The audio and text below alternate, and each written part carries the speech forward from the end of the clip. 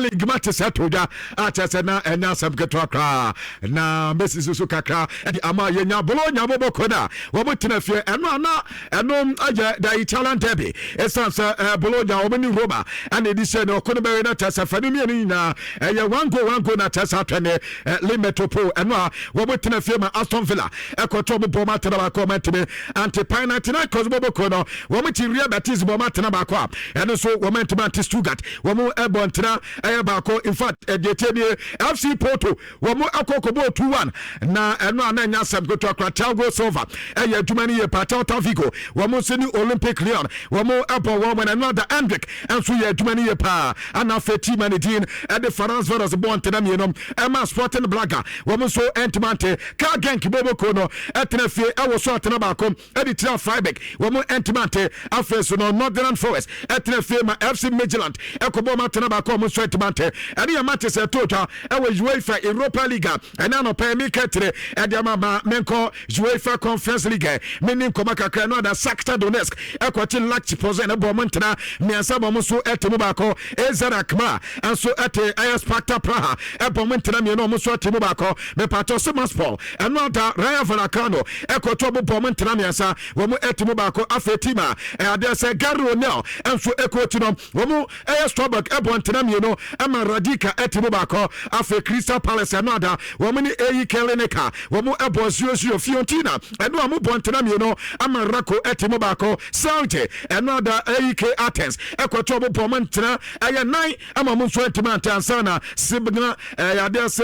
Sigma eye Omolak boboko no womo so game no etemu to drama tase womo ni men so 5 obia amantara kasenti eno ni game etotwa ewe UEFA Conference League na no pay no make it edema mema refisa eno make it se Thiago Silva eye tuma sisi no wasati record yesu ko Europa League na the oldest player at say obo Europa League no eye abantani de Thiago Silva when say ofi Chelsea wonom ebuam kakra ekokobo eye mepato the Brazilian League no eno okobo kakra na no dan yeti say was Brazilian League no enya de so bebo biem woni na ma so pese oba main Europe na oba main Europe a team and team at the FC Porto ana tase no so ekoye atase no ada wono etimi saka kaba ade emoma tase at the age of 41 wono any the oldest player atase wono ebo Europa League eno aye reporter etota eno da Unai Emery wono so timi ya aduma no na Unai Emery enya ne hands yet aye win ediama Aston Villa boboko no no ananya samketwa and 181 matches ataso painable 100 wins na no ada wokokonya wanya no babia se away amokonya no eno so Europa League amokonya na no anso nkoma kakra na meko UEFA na medin komo UEFA edit team of the week ne diaba na nyame anim ne wa mobra yetiche bibia nya de se ubenya bi Chelsea this week o ma mobra papa bia anti UEFA team of the week no Chelsea player ba ko kran pimo yes reserve kran no nya de se bi betena anti tibu kwoto na da go post no mo Ruben Normand wono Atletico player wono abo 4 ana afe and Dix baba 5 one year by no follow a course ana Jacob Sawa Galatasaray yase wono ana ebebo number 3 ho number 2 no be Bayern player ni de Stanisic wono ana ebo tumpato FIFA omuso mbeba Brantford din ade aye Lamina wono ana taso ti Liverpool ko moto no na yanya Bodo Glimt Brantford din enso ade aye Brentford aye Fet wono so ho na yanya Freddy Valverde awo aye FIFA me pato enim ho aye Vinta Valescalia ana Julian Alvarez ana afi Michael Olise enum aye UEFA team of the week no eno koba kakra na no pay make it edema na UEFA edema na bon ede basa abranta ni de Pedro Neto eno ada oba be part of there say na no da omoko pawe boy no okosum ne ade ne hwe ho yes UEFA open display ni air charges ede tia abranta no na wo muso mu hwem ye na tasa abranta de bon dia ene asotwe bia ho no wo metimi ede ma abranta de din ede Pedro Neto ne Chelsea player no de fia koda na kate eba ana na no pɛ me katre enso edi amana makato se wokɔ fanalasi mana san ketota kata na no my omadwe se won be kwakɔbɔ sa trophy no na sa trophy no anu yɛ dia wɔde kɔmebɔ edisi na so wokɔ South America dia wɔde wɔn enso wɔn championship ni DDC na so no wɔn ani dia woba Europa Georgia na abo enti na ye game Argentina and Spain and Bebo na mepato ana Iran ne USA ne Israel to quarantine amakata ehongo amama yesa game no muntimi amono ho obeka last week kwa mbabeka to say yes ankomo hwe se ebiom betimi abone London ana se ebiom bebo Spain mepato de ankomo mo kwatena se nie yes mo kwatena se a yes uko Spain for na omso Santiago Menebao eyo okay to mo mna mebo no ho ama o hwe nkrofoni dia ekame so mo ya dia one person mo bono Spain our Santiago Bernabeu na eno na yese Argentina France seban sa de ne omomo esan se omo so omo nyanka pa de anka monumenta ana anka mo mebo no na uko Argentina omo efe president eyo penyan de Claudio Tapia esi anka mo bianta se omo de omo kate empefo ni FIFA se pa support no mebo pa de ade na omo na mebo ewo Argentina omo mebo no monumenta ho be kama pa se se obi ase mebo no odukrom enti tambia de ne te ananam enti ade ende se koba sa na tese fanala si mananya de so mbebo enom ayan koba kakwa so amete ewo dwumade so na no pay make it edem away from that na mentre ne na menko men Europe na se England se clubs no once European Champions League European Europa League ana afi ade se Conference League ya boy no utimi se England clubs no ma head anya de papa bia na omo ho asema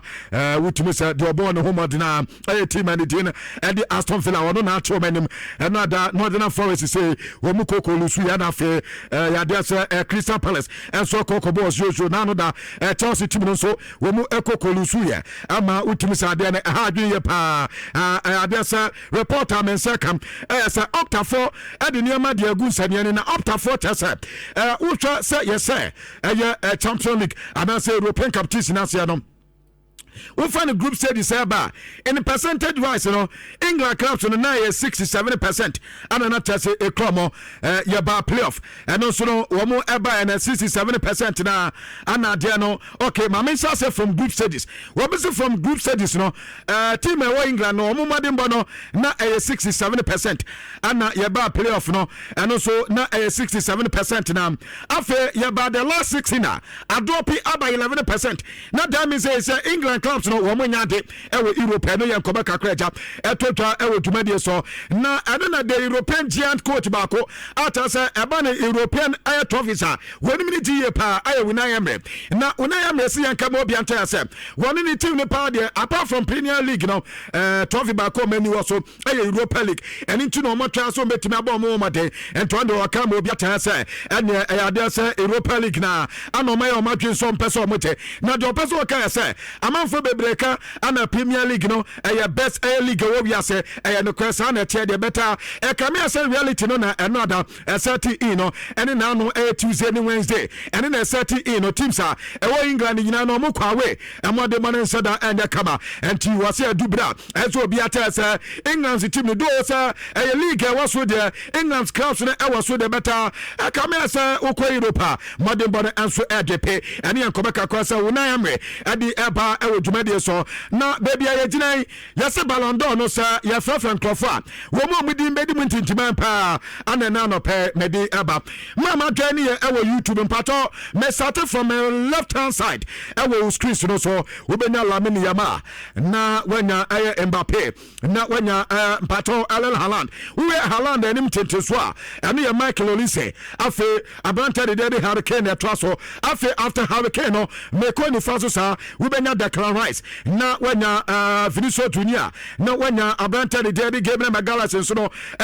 etire ho na wakwa konya abanta ne Dinade Pedri na wanya Bruno Fernandes nti kame ase hisia no players a wo na niam ya kama edema mo enso atase Ballon d'Or no ene ye bobo wo nso abaso a yesusu se eso mo so etimete ana tase ena no pe make it kaba edi ama wanse shawo do so ti afi mo amatwa ne e wo school so no na watime hu de wa de no enso esi eko ewo eyesese awodo nyina enso eso na Osman Dembele mpato reporter mensa ekane once Dembus yase no ada ana ebetota se de wa enema esi ekono sesiana brante no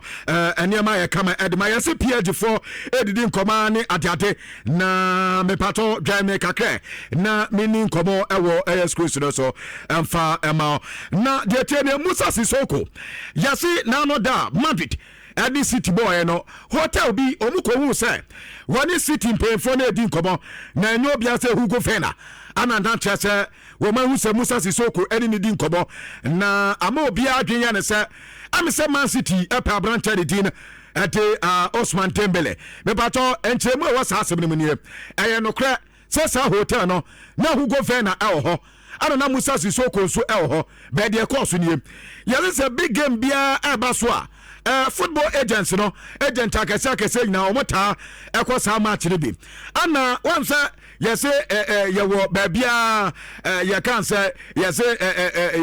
ye grono tipenko enti say empemfo sia atumi say anya dan a wo be hu empemfo ho na sa hotel no yese ya football agent no omota ko pa ana football empemfo no wo omota ko ho enti sa hotel na anya Hugo Fena nko na ho yese other clubs paying for now. When we are some of our sa game ni bi na no. Sa hotel no na mkoda ana either agent no do announce eko ho. Enkomo die because emom yesi enye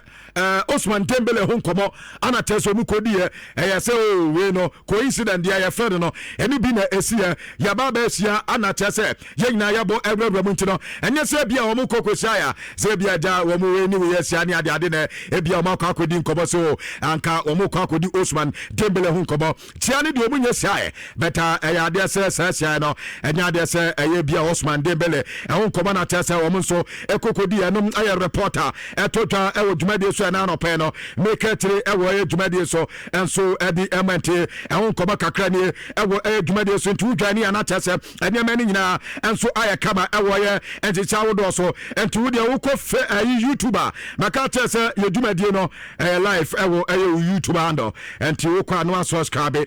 wo subscribe ana tese wo so no wo de wo comment na bana every pem yet back in carrying na e de ama wan sisi ahodo so na me pato away from that no when Rooney Manchester United legend na when Rooney say Barca aba England me no sa game ni na Barcelona yie pa na ade wo Barcelona hunie Barca chasa omoba Premier League na intensity no wo muntimi follow esanse against Chelsea or against Newcastle or adia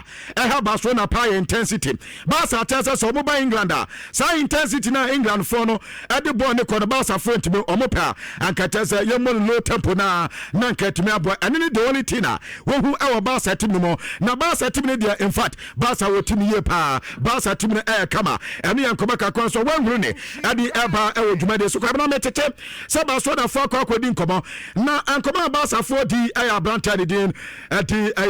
Pedro Neto Chelsea player no yese Barcelona for the future Pedro Neto ball no wo ni boye pa na jama Barca ni ji ho Brantani pace ne kwano no yese wo fa ba de wa wadi American tente e de ball no ekoni de wa wo si di pushi yese ni na me ni nyina ya dwuma Barca for no wo bo sa koda wo timi bo benkum wo timi bo nifa entu nya sa player no na obo Barcelona kama penti Barca say edi akoda ne nkoma se danten koma bia se akwanya ba no mu player bi pa dia se omunya akoda ne ten enso ade Pedro Neto nkoma kakra ni na retard over here bra be ha dia but Manchester for no yes Bodo Glimt to for na kodi Manchester for agro wo mo say o ma win 5 UEFA Champions League matches e dia transfer into them o mo de o mu akwa ba ko ho wonu watima unity na o de bra be ha dia ko brade mutim no say na sitio Manchester United to be winning 5 matches central so ento mabrante na wose waje ni tikumo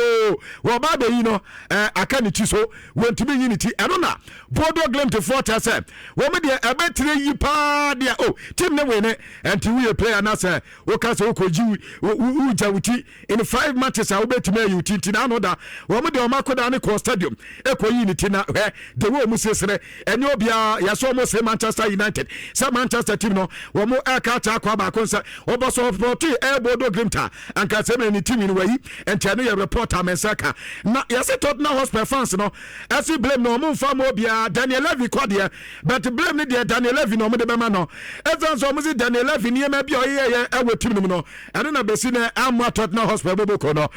kwanya ofa so a players bi anka se mo hu hia wo timi tom no wanto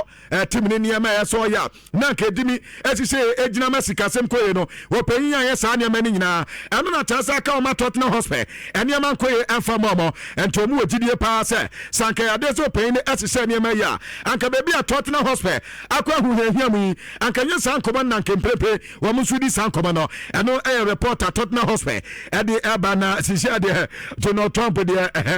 wani Iran for de nyasam ketro nano da na Iran me pato almost sports minister ebeka se de aniam akwa de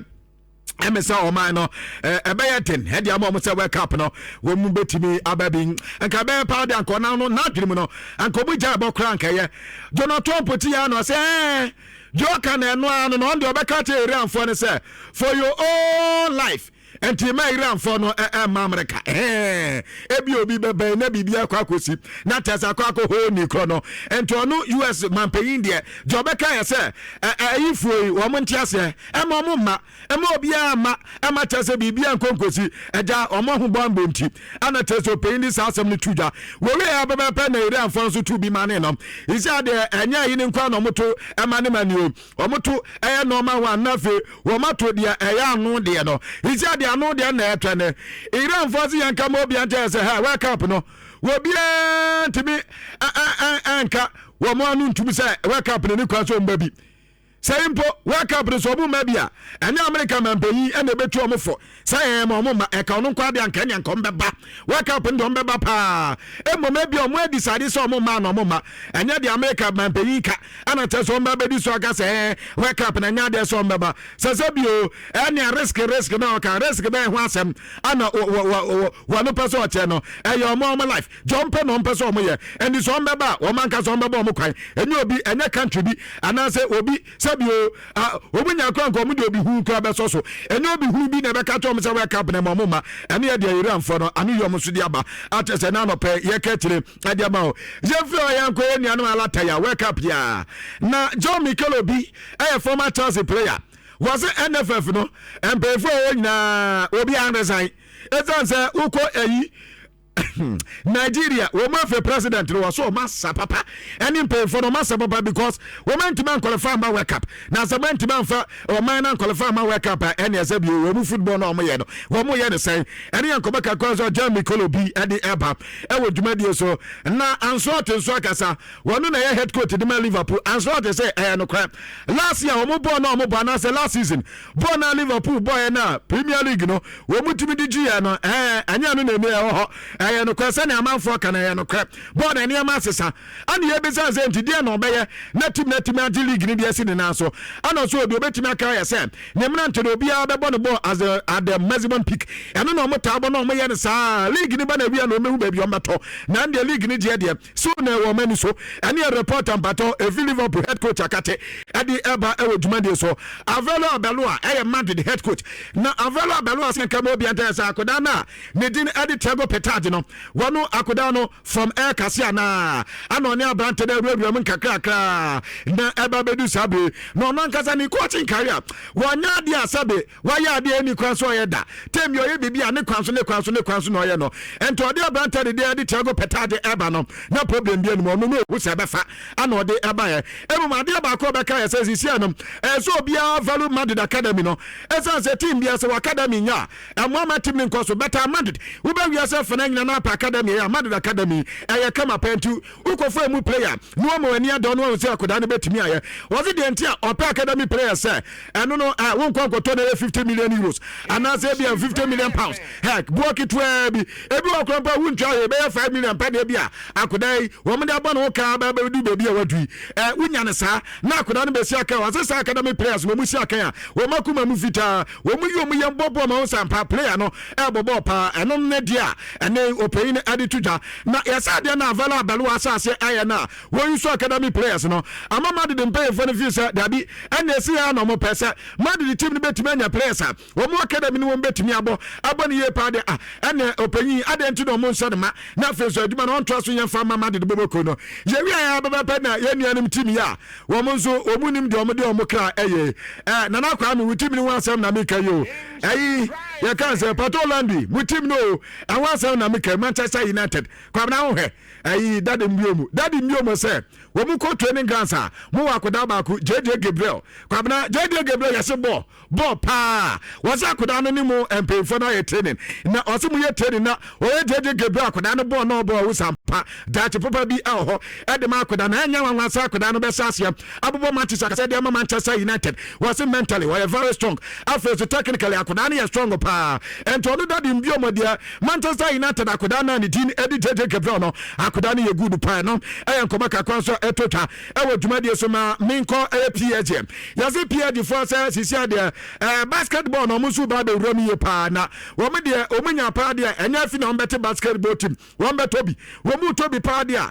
wɔn ne katafoɔ no adi nkɔmɔ ɛna katafoɔ sports investment foɔ no wɔn ne mu adi nkɔmɔ kata ɔmo sɛ sisi adeɛ wɔn nya NBA ɛwɔ Paris na wɔn bɛdi wɔn nkɔmɔ deɛ ɛno no ɔmo ntɔ nyɛ afi na ɔmo abɛhyɛ aseɛ akɔ yɛ bi ɛne yɛ reporter ɛba ɛwɔ dwumadie so ɛna anɔpɛ yɛde wɔn nkɔmɔ kakra ɛde down aboade maame Barca deɛ na mi nfa nwie na kwabena sɛ Barca sisi na ɔma batɔ na abɛɛ o 15 fia na abatɔ na ɛba so na nkɔmɔ kakra ɔmo nsa kan sɛ ɛno ada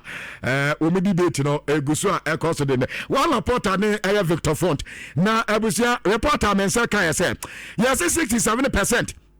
ɛkyɛ sɛ adeɛ ne deɛ Laporta fa abro mo kyɛ sɛ Laporta fa de wa adeɛ ne si kɔ Savina wɔma conduct no ɛno kyɛ sɛ bɛyɛ 67% akɔ ɛde ama Laporta sɛ wɔbɛtumi atoa so ayɛ the president na ɛno na wa Laporta sɛ wɔka ma obiara kyɛ sɛ amanfoɔ bisa sɛ new contract bɛn signing bɛn big signing bɛn na wayɛ ana so big signing ɔno ɔbaa a wayɛ pɛɛ yɛ paa yɛ sɛ kwamna players ɛwɔ yɛ Barcelona players omunim so omunim bɔbɔ no wɔma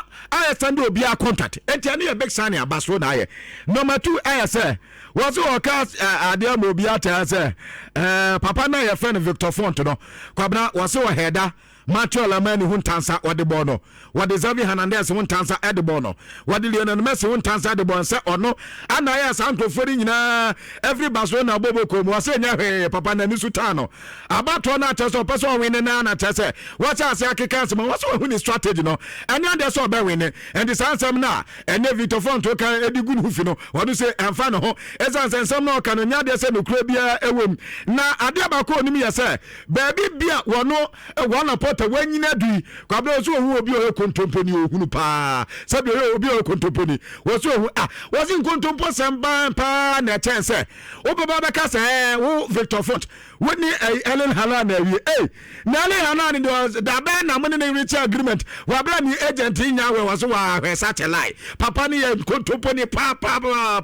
kwabla Victor Font se wa rapporta ni nim na duma wo so no ni sit wi kura da it is a one rapporta ni ma wakama Laporta ati asese enye oni ni agent na ekodi nkobo woso oni team no Man City na akọ wiewie enje club to club intervention woso oni do onim yese so ni City nya wie se kim atese o mawie ele Haaland be ba simple kra enti ni agent de so ya ntoso de manti bra isia de sa na de na kwakoye woso obia nim se Madrid epe ele Haaland Barcelona epe ele Haaland but ono Victor Font de woba wakama obi atese wa wiewie atese wode ele Haaland enso eba ani report free Barca eba isia de Barca abato ne we twa de ma we na we so etwa adama we no ankoma kakra ne Ghana mantina ana chese yewram adama no se Ghana niema na di Ghana niema to Ghana nyom wo da Ghana udidi Ghana wo ye bibia